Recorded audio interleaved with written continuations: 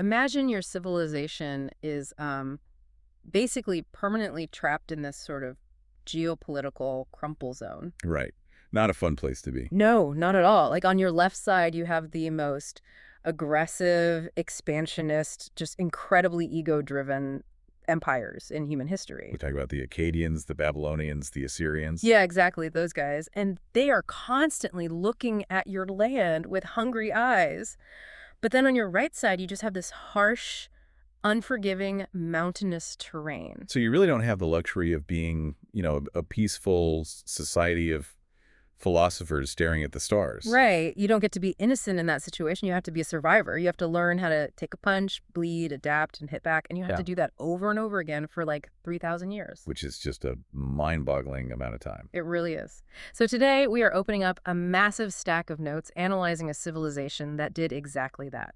We're doing a deep dive into the ancient world's ultimate survivor, which is the Elamite Kingdom. And it is arguably the most fascinating yet somehow least understood political experiment of the ancient Near East. Why do you think it's so misunderstood?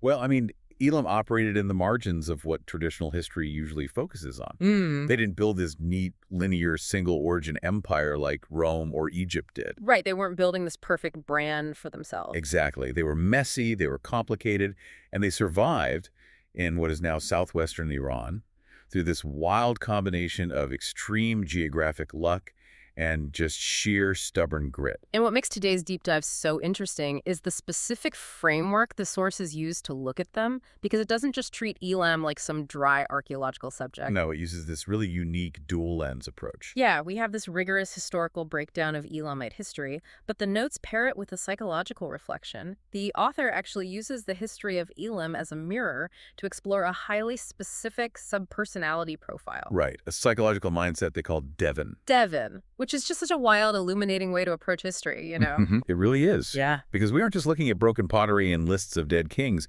We are trying to understand how you bind land, gods, labor, and memory into something so resilient that it actually survives its own rulers. Yeah, how a civilization sandwiched between superpowers managed to endure for that long, and how its historical posture perfectly mirrors this human psychological mindset of just disciplined, hard-won survival. It's going to be a fascinating exploration. Okay, let's unpack this, because I was looking at the maps provided in the research, and to even begin to understand this Devon mindset, or how Elam survived it all, we really have to look at the ground they were standing on. Oh, absolutely. You cannot separate Elam from its map. Geography wasn't just a backdrop for them, it was their entire destiny. So geographically, it was centered in what is today southwestern Iran, but the notes describe it as having a profoundly split personality when it came to the terrain.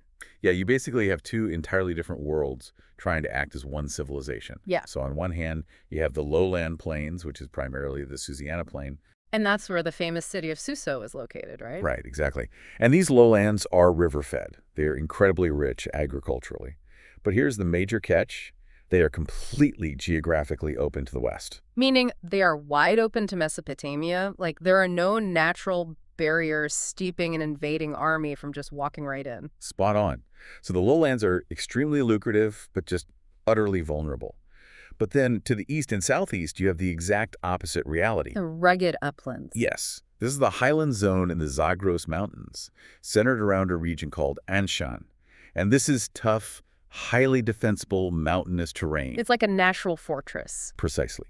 And it offered totally different resources. You had pastoral grazing, timber, stone, metals, and crucially, access to internal trade routes stretching deep into the Iranian plateau. So if you're a king trying to rule this place, you aren't just managing one group of people. You have lowland farmers who are probably terrified of getting raided by Babylonians, and then these highland pastoralists who are basically living in ancient stone fortresses. How on earth do you forge a single identity out of that? Well, the short answer is you don't.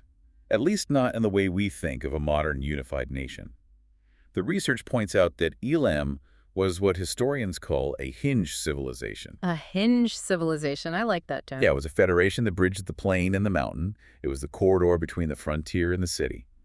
Because of this split, Elam could never really act like a solid block. It was more of a composite then. Exactly.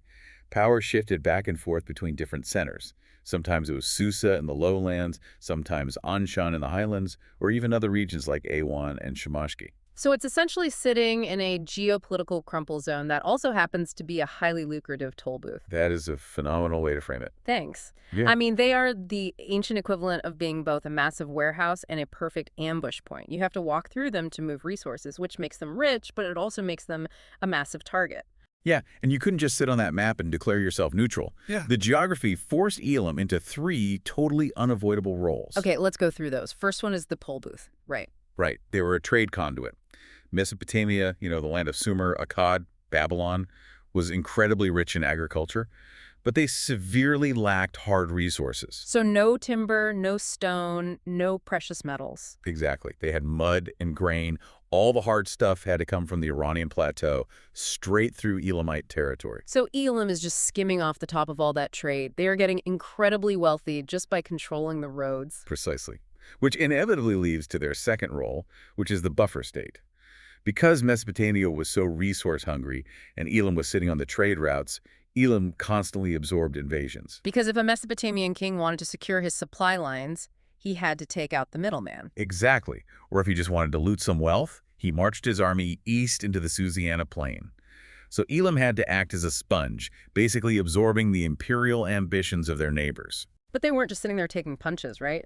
I mean, if you're managing an ambush point in the mountains, you're going to use it. Absolutely, which is their third role. They were an opportunistic power. They controlled the strategic high ground. So when Mesopotamia was strong, Elam retreated into the mountains and just played defense? Yes, but when Mesopotamia was weak-like, when they were experiencing civil war or famine or some sort of dynastic collapse, Elam would just swarm down from the Zagros Mountains and strike. They would loot, conquer, and extract tribute. Wow. I love this, but honestly, I'm also deeply stressed out just thinking about it. Sounds exhausting, right? Yeah, you're bouncing between being incredibly rich, getting utterly invaded, and then launching opportunistic raids, all while trying to hold together this population that's totally split between river valleys and mountain peaks. A lot to juggle. Managing a society like that requires a very specific and probably very ruthless type of leadership. It really does. It requires leadership that fundamentally understands it is managing a coalition, not a dictatorship. The sources highlight that Elamite rulers frequently used composite titles. Right, they didn't just call themselves King of Elam. Exactly. They called themselves the King of Anzan and Susa. So they are explicitly acknowledging both halves of the split personality. Yeah. By putting Anzan, the highland region, and Susa, the lowland capital, in the exact same title, the rulers explicitly saying, I am the yoke, holding these 2 totally different realities together. That makes a lot of sense. And to maintain that yoke, their authority really rested on 3 main pillars. You needed dynastic legitimacy, obviously. You needed military force because your neighbors were constantly trying to kill you. Right, naturally. But the most critical pillar, the one that actually held the society together psychologically, was sacred sanction. The gods. But let me stop you there, because when I was reading the notes on their religion, I got a little tripped up. The research actually referred to their religion as an operating system. And I'm really struggling to see how worshiping ancient deities translates to software code. Can we break down how that actually worked in practice? Yeah, it's a vital metaphor, so let's definitely unpack it. Today, we tend to view religion as a compartment of life. You go to a place of worship, you reflect on morality, and then you go to work. It's largely philosophical. Right, it's a Sunday activity for a lot of people. Exactly. But for the Elamites, religion was not a philosophy. It was the literal mechanical infrastructure for survival. Think of an operating system on a computer.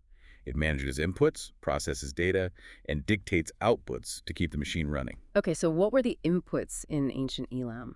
The inputs were unpredictable, terrifying forces. A sudden drought, a plague, or a massive invasion from Akkad. Basically, things the average person had absolutely zero control over. Right. And if you have no control, you need a system to process that terror. The gods were that system.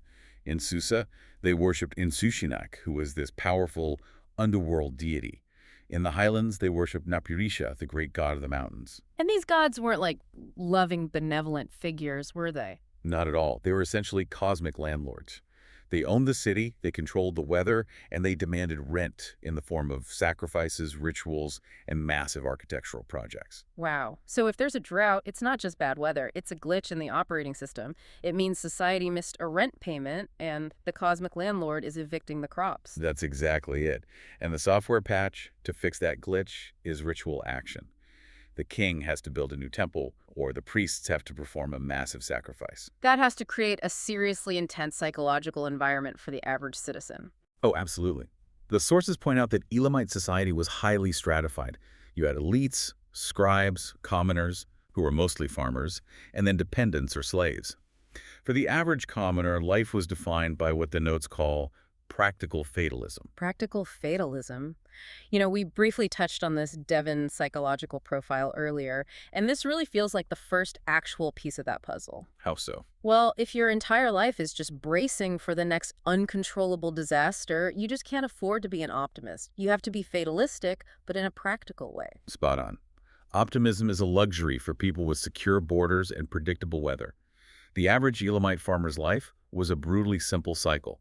Plant the grain, harvest the grain, store the grain, and try to survive the winter or the next Babylonian raid. This sounds exhausting. It was. You didn't expect the universe to be kind. You Yeah. just expected it to be transactional.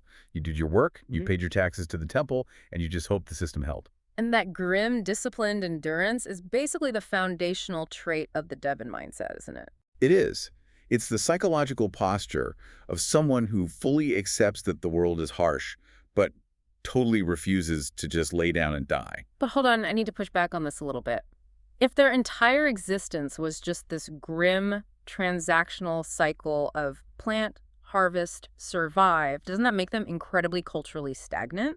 I can see why you'd think that. Because if you're just surviving, where is the room for art or identity or actual innovation? Were they just practical robots? It's a fair assumption, but it's actually totally wrong.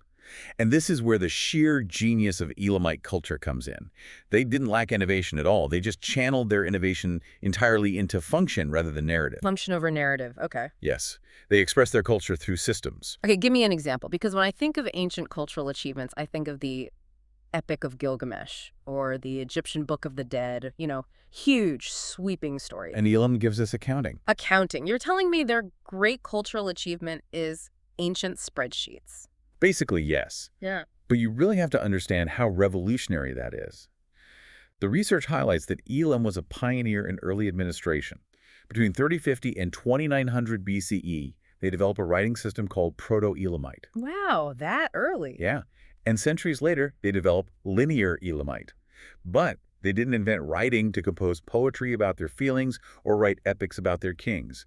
They invented writing to track grain, sheep, labor hours, and land. So they are essentially institutionalizing memory. Exactly. I want to emphasize a phenomenal point from the research here. It says, civilization begins more often than not with someone counting sacks and refusing to trust memory. That's a great quote. Writing in Elam was a technology of control. When you are managing a volatile federation split between mountains and plains, you just can't rely on spoken promises. You're right. You need receipts. You need clay tablets that proves exactly how much copper the highland tribes owe the lowland temples. I guess that makes perfect sense. It kind of strips away the romanticism of ancient history, though. It wasn't philosophers in togas having grand debates. It was stressed-out bureaucrats making sure the society didn't starve to death. That's pretty much it. But wait, here's where it gets really interesting to me. If they were so fiercely practical and bureaucratic, how do you explain something like Choga Zanbil? Because the notes describe this place, and it does not sound like a warehouse. It sounds insanely ambitious. Oh, cool. Choga Zanbil is the ultimate expression of Elamite ambition. Built around 1250 BCE by King Untashna-Parisha, it wasn't just a temple. It was a massive, fully planned sacred city. Really? A whole city? Yes, it had 3 concentric defensive walls.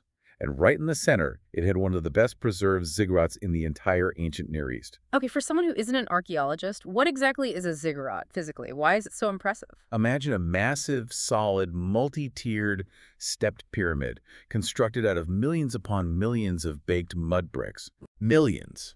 We are talking about a structure that would have towered over the landscape, visible for miles in every direction.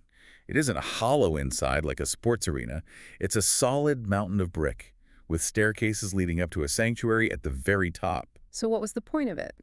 Functionally, it is a machine designed to bridge the gap between heaven and earth. It is literally where the king and the high priests interface with the gods. They were building a fake mountain in the middle of a flat plain. That requires a staggering amount of labor. You have to feed those workers, house them, make the blocks, engineer the load-bearing walls. Which is exactly why their obsession with accounting and administration was so absolutely vital. You cannot build a ziggurat without a flawlessly executed spreadsheet. Oh, I see. Yeah, Chogazanbil represents the fusion of their practical bureaucracy and their cosmic operating system. They built this massive center of meaning to try and unify the highland and lowland gods in one place. So they clearly had vision. They had the capacity for massive, awe-inspiring projects. But the research points out a massive irony here. Because they dedicated all their writing to accounting and logistics, they never bothered to write down their own history. And this is the great tragedy of Elam's historical legacy. Mm. Think about the Egyptians carving massive autobiographies on temple walls, or the Assyrian kings writing endless, bloodthirsty accounts of all their conquests. Right, they were building a public relations narrative. Exactly. They were screaming into the future saying, look how great I am. Elam didn't do that. They valued function over ego. And because they didn't write their own PR, we are left trying to piece their entire story together from the angry diary entries of the people they fought. Yeah, just tough. It means we only really know the most important Elamites through the harsh lens of their enemies. Which brings us to the men who actually ran this machine. The notes give us 5 key kings, but it explicitly warns us not to look at them as heroes or villains. Right. Because if you go into ancient history looking for good guys and bad guys, you are going to be deeply confused.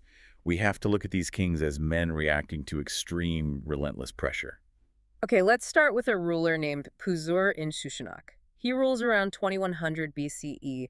The sources title him the Identity Builder. Okay, so to understand him, you need the context. The overarching superpower of the previous century was the Akkadian Empire, led by figures like Sargon of Akkad. And they were based in Mesopotamia, right? Yes, and they had violently subjugated Elam. They forced Elam to use the Akkadian language and script for official business. It was a classic imperial move, erased the local culture to make them much easier to control. But by 2100 BCE, the Akkadian Empire is collapsing, it's fracturing. Right, so Puzur-in-Shushanak sees this window of weakness. And he jumps on it. But what makes him matter isn't just that he led armies, right? The notes say he championed the use of the linear Elamite script. Yes, he heavily promoted writing monumental inscriptions in their own language. So he essentially stood up and asked, why are we writing in the language of the people who oppressed us? That is a massive flex of political power. It's linguistic independence. Exactly. He is actively asserting Elamite identity against Mesopotamian dominance.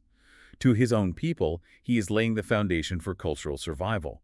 But to the Mesopotamians, he is a dangerous, rebellious threat who is destabilizing the region. Same man, same actions, totally different historical judgment, depending on where you stand. Which perfectly illustrates why we can't use words like villain. Okay, so that's the identity builder. Let's jump forward a few hundred years to around 1800 BCE. We meet a king with a name that is really going to test my pronunciation. Siwa-Pilar-Krupek. The notes call him the power broker. You nailed the pronunciation, actually. Now, to understand Siwa-Pilar-Krupek, you have to understand the geopolitical climate of 1800 BCE. Mesopotamia is just a mess of competing city-states. This is the era of Hammurabi of Babylon, right? Yes, Hammurabi, Zimri-Lim of Mari, everyone is just constantly fighting for dominance. And where is Elam in all this? Are they just hiding in the mountains? Not at all. Siwa-Pilar-Krupek realizes that you don't always need a massive army to win. Sometimes you just need leverage. He plays the Mesopotamian kings against each other. Oh, that's smart. Yeah, he sends troops to help one faction, then pulls his support to weaken another. He extends Elamite influence deep into the heart of Mesopotamia through diplomacy, espionage, and strategic alliances. So he's playing 3D chess. He realizes that if Babylon and Mari are busy bleeding each other dry, nobody is marching east to invade Elam. He is literally weaponizing the buffer state. Precisely. He proved Elam could be the puppet master, not just the puppet. Next, we move to the 13th century BCE to Untash-Neparisha. We actually just discussed him. He's the builder. Right, the king who built the massive ziggurat at Chogazanbil. Yes, but let's connect why he built it to the pressure of his time. Elam was constantly struggling with internal fragmentation between the highland and lowland factions. Right, the geographic split. Right. Untashna-Parisha understood that military force and clever diplomacy just aren't enough to hold a civilization together long term. You need a shared belief system. You need a physical anchor. And that anchor was Chugazanbil. Exactly. He built it to synthesize the gods of the highlands and the lowlands into one unified pantheon. He was trying to forge a unified psychological identity out of brick and mortar. It's a really beautiful idea. Build a mountain of meaning so your people stop fighting each other. But as the research shows, architecture can't always protect you from your neighbors. Which brings us to the 12th century BCD, and the guy who decided it was time to stop playing defense. Shutruk-Nahonte, the conqueror. Oh, man. If Elam has an apex predator, it is Shutruk-Nahonte.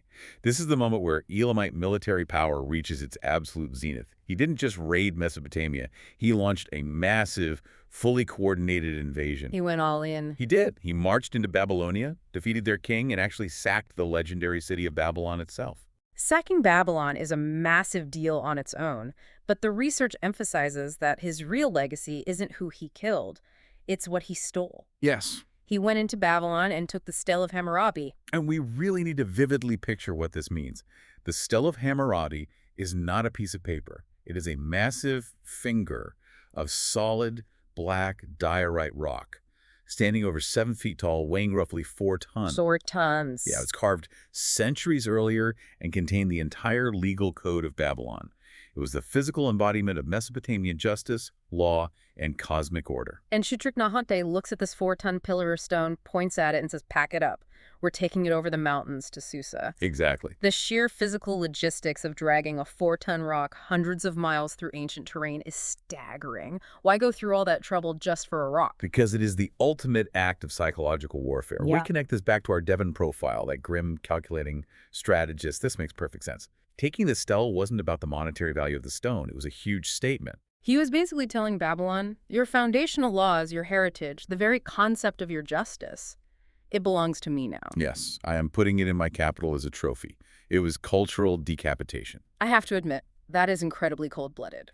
To an Elamite, he is the ultimate national hero who humiliated their oldest rival. But to a Babylonian, he is an absolute monster who stole their soul. Importance is not defined by morality. What's fascinating here is how history judges these men.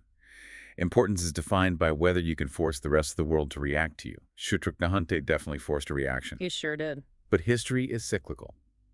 And eventually the pendulum swings back.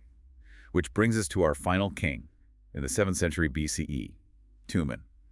The notes call him the Broken King. This one is just brutal. Set the scene for Tumen. Who is he up against? He is up against the Neo-Assyrian Empire, led by King Ashurbanipal.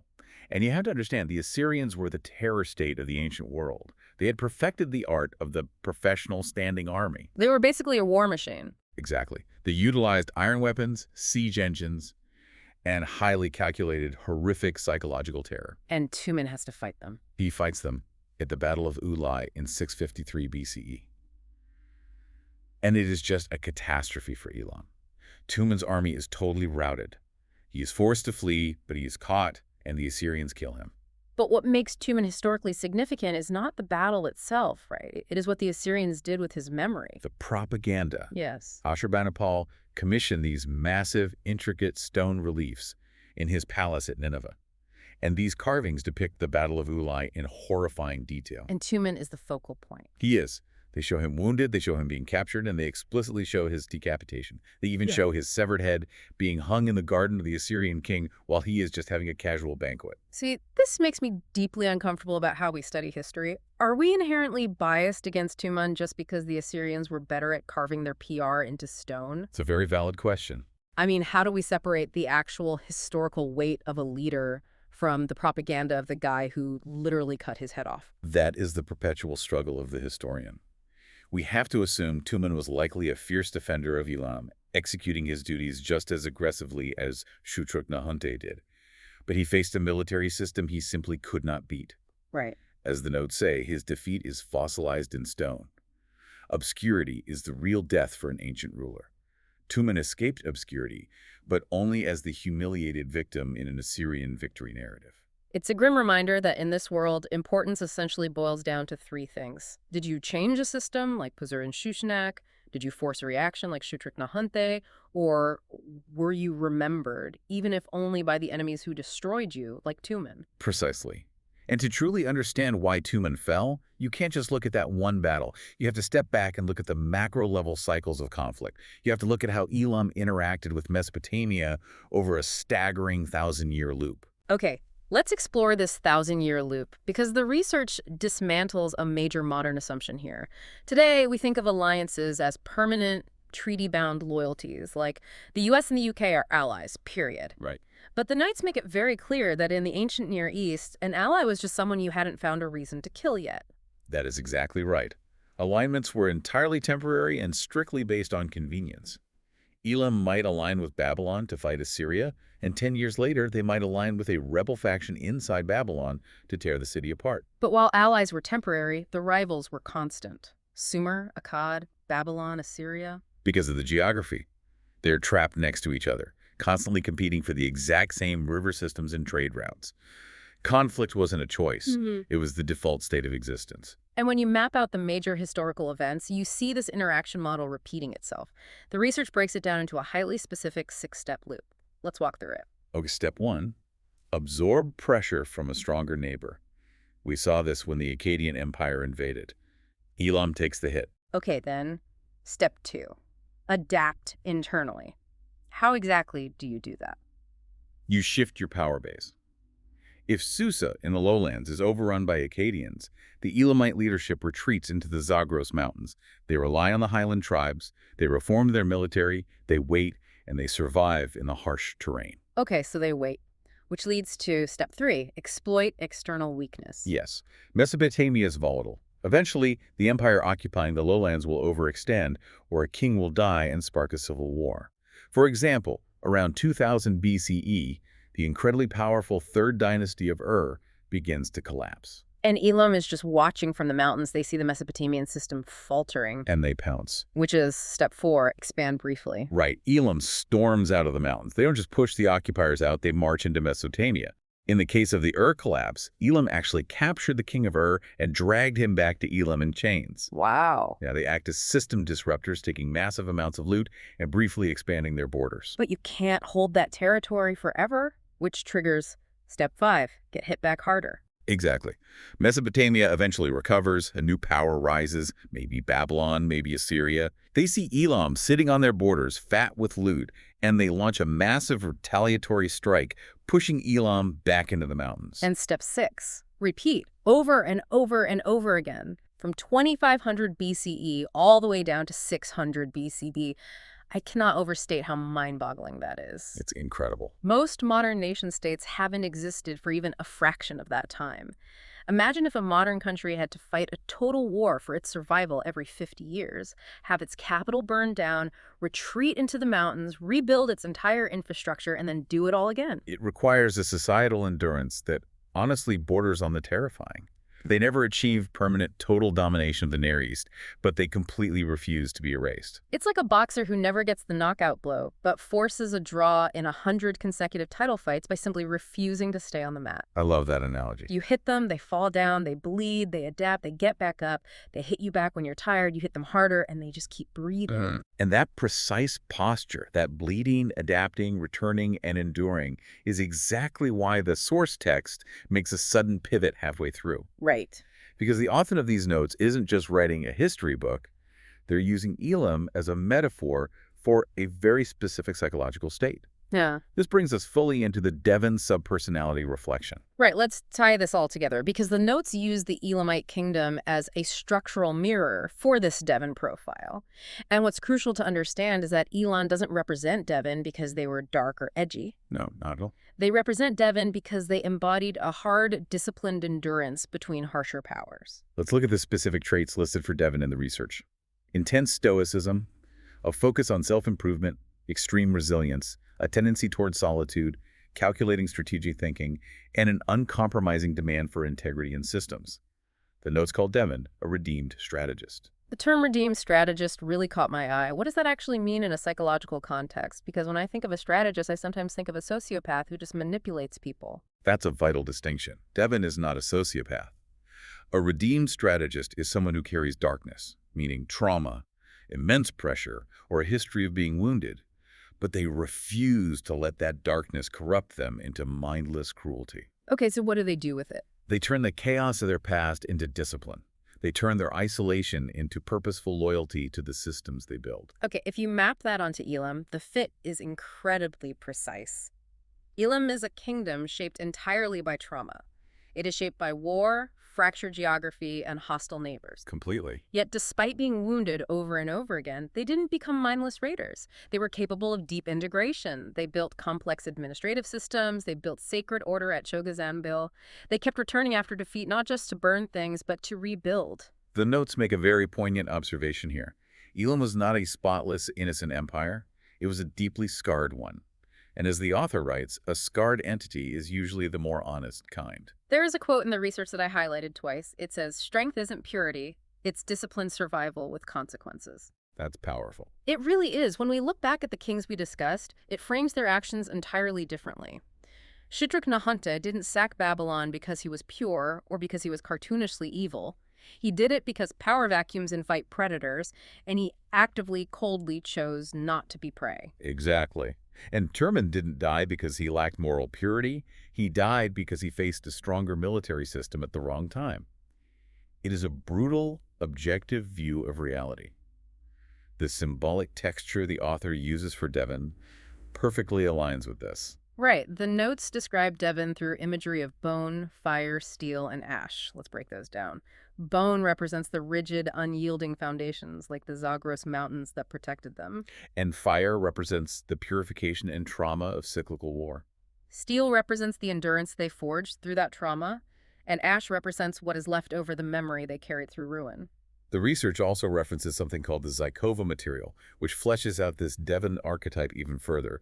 It describes a figure born in a cold, brutal landscape who learns that just surviving alone like a feral animal isn't enough. Because just surviving doesn't build anything. Exactly. To achieve actual redemption, you have to create structure. You have to connect. Elam was born in that hard borderland, and it survived by turning immense geopolitical pressure into physical and administrative form. They didn't just hide in caves. They built cities, they built religious cults, they built massive bureaucracies to track their grain. They created order out of the crumple zone. So if we synthesize this, Devon is to the human psyche what Elam was to the ancient map. It represents an internal psychological state of practical fatalism. It is a disciplined, severe frontier power within your own mind. It is wounded, but unbroken. So what does this all mean? The host synthesizes the idea that Elam represents a psychological state defined less by innocence and more by the grim refusal to let chaos have the last word. A grim refusal to let chaos have the last word. That brings us to the ultimate climax of the Elamite story, how they supposedly fell, and why that word is entirely misleading. Let's get into that. Because if they refused to let chaos win for 3,000 years, what finally happened? We have to talk about how they fell and why the research argues that the word fall is a complete misrepresentation of the facts. To understand the end of the sovereign Elamite state, we have to look at the events of 640 BCE. We mentioned Ashurbanipal earlier, the Assyrian king who killed Tuman. Well, a decade later, Ashurbanipal returns. And this time, he brings the full apocalyptic fury of the Assyrian war machine. He's done messing around. He sacks the capital city of Susa. And when the Assyrians sack a city, they don't just take the gold and leave. No, they absolutely do not. The Assyrian records are terrifyingly boastful about this. Ashurbanipal claims he leveled the ziggurats, destroyed the temples, desecrated the royal tombs, and literally sowed the fields with salt so nothing would ever grow there again. Wow, just complete and utter destruction. He claimed to have permanently erased Elamite civilization from the face of the earth.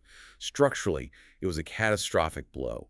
The central political authority was completely shattered. But the notes are very quick to correct a massive historical misconception here.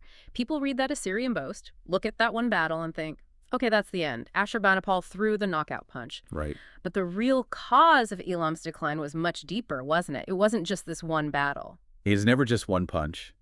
Civilizational death happens when a system loses its capacity to regenerate. The deeper cause of Elam's end wasn't just Ashurbanipal. It was structural exhaustion. From the loop. Exactly. Think back to our 1,000-year loop. Elam had spent centuries, dozens of generations, fighting the Akkadians, the Babylonians, the Assyrians. They had endured endless cycles of getting invaded, retreating to the mountains, rebuilding and retaliating. Those overextension cycles, every time they rose up and hit Mesopotamia, it just invited a larger, more technologically advanced retaliation a few decades later. Precisely. After 3 millennia of total war, internal fracturing between Susa and Anshan, and rebuilding from the ashes over and over, the system simply lost its capacity to regenerate fast enough. The operating system basically ran out of memory. That is how civilizations actually die. It is rarely a sudden theatrical death in a single afternoon. It is a slow attrition. It is a loss of recovery capacity. Like a boxer who doesn't die in the ring from one hit, but slowly succumbs to the accumulated damage of 100 fights over a lifetime, the body just can't heal anymore. But, and this is the incredible redeeming twist at the end of the research, Elam didn't vanish into a vacuum. The Assyrians lied. They couldn't salt the mountains. Elam wasn't erased. It was absorbed. This is the most crucial takeaway of the entire deep dive. Following the Assyrian destruction, a new power begins to rise in the Iranian highlands. The Achaemenid Empire. The Persians. Yes, the Persians, under rulers like Cyrus the Great. As the Persians expand, they take control of the old Elamite territories. Wait, so the Assyrians claim they salted the earth, but the Persians essentially built their empire on Elam's foundation. Exactly. They don't treat the Elamites as a conquered, useless people. The Persians looked at the administrative genius of Elam, their thousands of years of logistical experience, their bureaucratic spreadsheets, their understanding of the geography, and they adopted it. That is incredible. They made Susa one of the primary glittering capitals of the massive Persian Empire. And more impressively, they continued using the Elamite language in their imperial administration for centuries. Let me fully grasp this. That means Elam's ultimate, final survival strategy was getting absorbed by the winning team. It is the ultimate manifestation of the Devon philosophy of redemption. Remember, redemption for this profile isn't about erasing the past or staying totally independent forever. It is about integrating the past. Elam took immense damage, they adapted repeatedly, and eventually the sovereign political entity known as the Elamite Kingdom couldn't stand alone anymore. The walls fell. But instead of disappearing into the ash heap of history, their software survived. Their administrative traditions, their urban organization, their written language became the bedrock for Persian power. They institutionalized memory and authority so perfectly that the Persians just ported the Elamite operating system directly into their new global empire. Civilizations, much like human psychological traits, rarely just vanish into thin air. They get absorbed, they get transformed, and they get repurposed. Elam did not fail. It survived in the harshest neighborhood on Earth for over a millennium, deeply influenced a massive subsequent empire, and became the invisible foundation for something much larger than itself. Which brings us to the end of this incredible journey. We have traced Elam from a geographically split middleman, stuck between lush river plains and harsh mountains. We've watched them endure 1,000 years of cyclical, brutal warfare, relying on a deeply transactional religion and a bureaucratic mindset that valued surviving over bragging. We've seen them act as master diplomats, builders of massive ziggurats, and pioneers of psychological warfare. And we saw them finally hit a wall of structural exhaustion, only to pull off the ultimate magic trick, becoming the foundational bedrock for the Persian Empire. It completely changes how you read history. It forces us to look past the loud, arrogant, ego-driven empires that get all the movies made about them and respect the quiet, deeply scarred endurance of the survivors in the margins. And that leaves us with a final thought drawn straight from the research text, bringing this all the way out of the ancient world and directly into your own psychology. The notes pose a brilliant, challenging question to you, the listener. If something loses its independence, but its identity, its lessons, and its systems live on inside something greater, did it really fall? Or did it just evolve beyond itself? I want you to think about your own personal growth. Think about the phases of your life. When you finally move past an old, hardened, perhaps deeply scarred version of yourself, your own internal Elam, the part of you that just had to absorb the trauma and survive the pressure of your circumstances, how do you view that past self? Do you look back at that younger, harder version of you as a failure that collapsed? Or do you see it as the sturdy, unyielding, bone and steel foundation material that your current, greater, more peaceful self is built upon? Take a moment and think about that. Because as these notes prove, the difference between a tragic collapse and a redeemed foundation is entirely about how you integrate the damage. Thanks for joining us on this deep dive into the resilient heart of the Elamite Kingdom. We will catch you next time.